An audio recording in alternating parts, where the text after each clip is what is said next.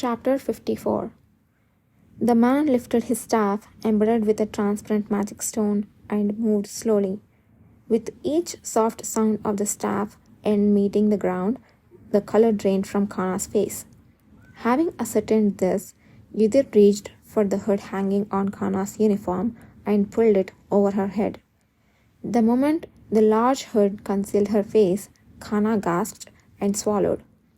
"Don't say a word," Yudhir murmured softly, just loud enough for her to hear, then stepped forward towards the approaching man. This position naturally allowed him to shield Kana from behind. "What's going on here? Who are you?" Despite not knowing Yudhir's affiliation or status, the man talked down to him. This meant he was looking at him in a belittling manner. "I am Yudhir Ale, affiliated with the cavalry. And you are?" "The cavalry?" The man tilted his head as if hearing the name for the first time, then let out a sound of realization a moment later. "Ah, right, the group created by His Grace, Duke Paleta." He left the rest unsaid, but the underlying tone was clearly negative. Yudhir coldly looked at his face while subtly glancing down at his gloved hand. "He dares to ignore my question twice. In the past, I would have immediately forced him to his knees. Not that he couldn't do it now.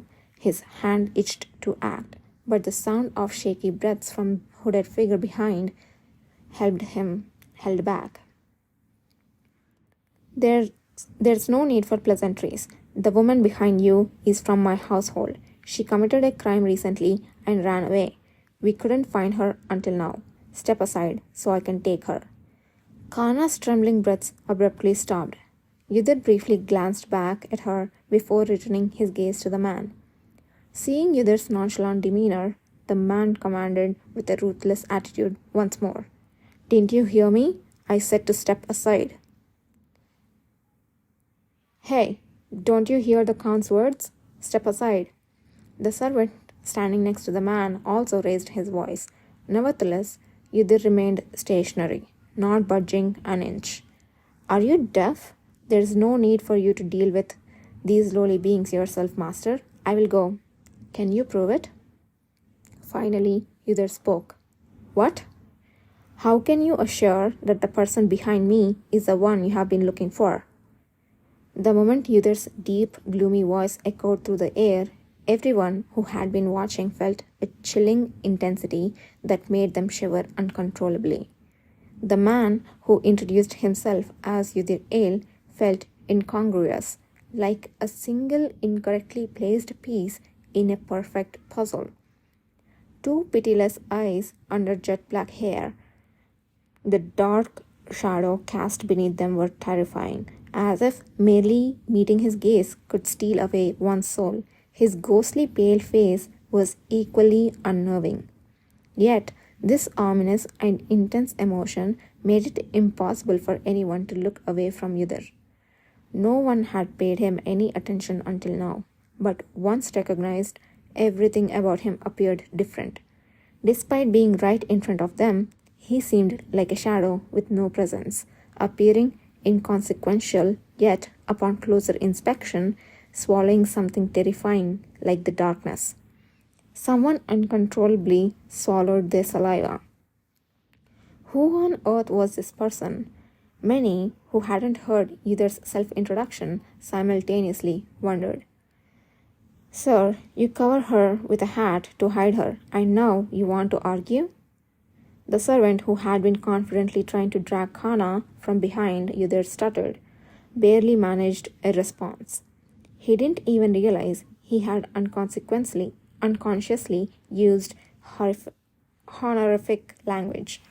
"You came out of nowhere and tried to talk to her without even confirming whether she's the person you're looking for.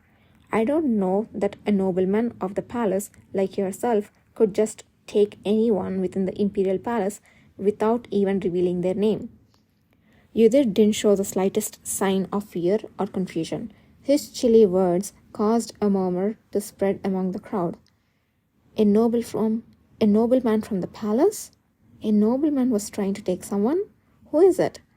Realizing that the attention of the crowd was focused on his master, the servant's face turned pale. Master? Contempt and anger dwelled in the eyes of the Count, who resembled Kana.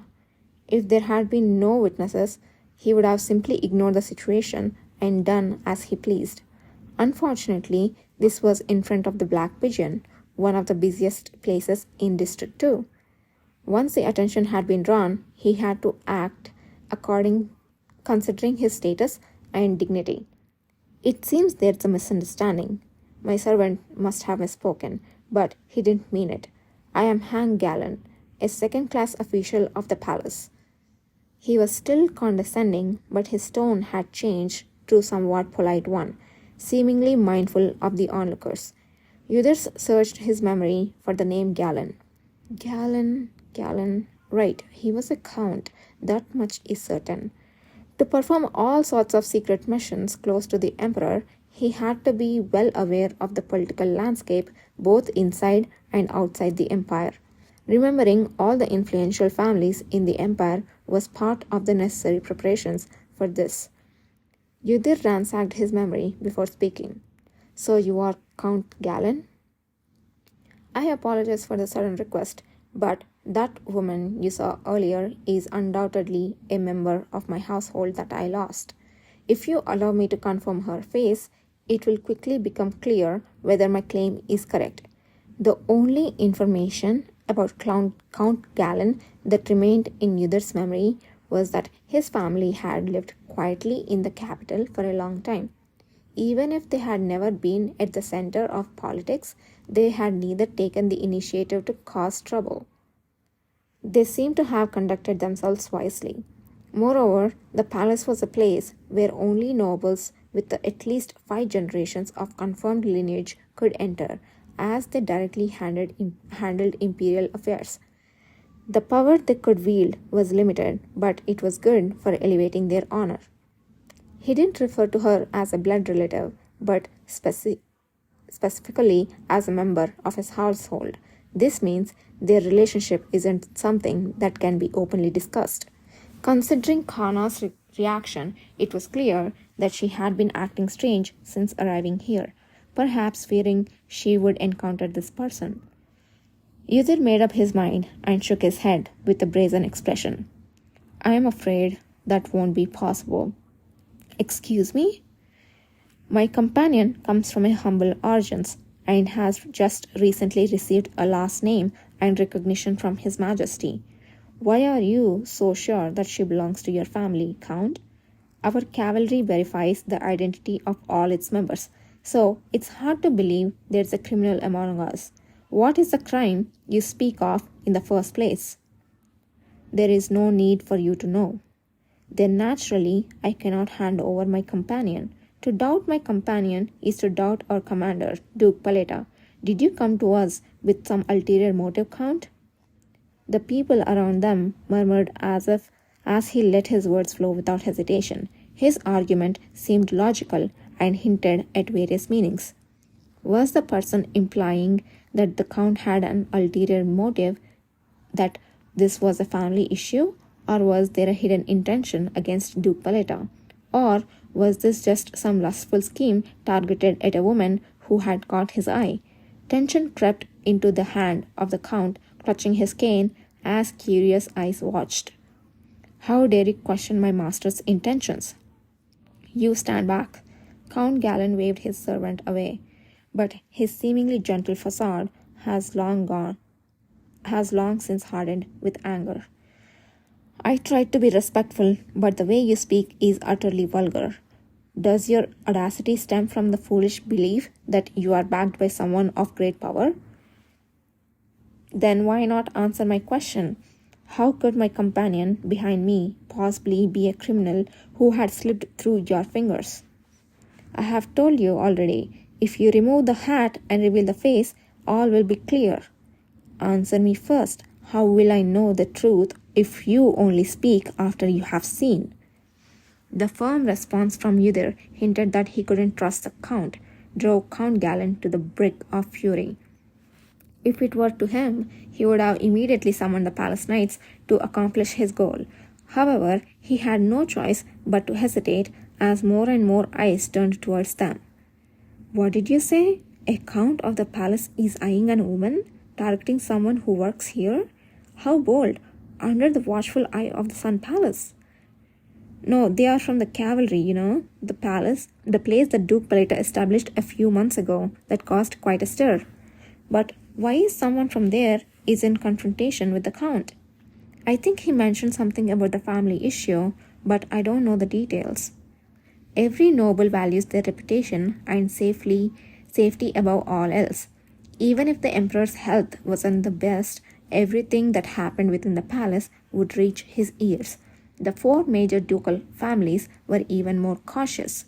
The house of Count Galen had managed to stay unscathed and cleverly navigate through the politics without allying with anyone.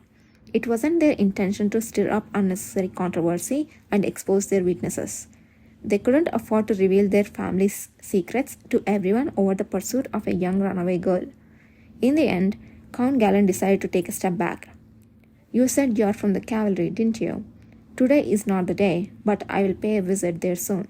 Once I speak with Duke Paleta, the truth will be crystal clear.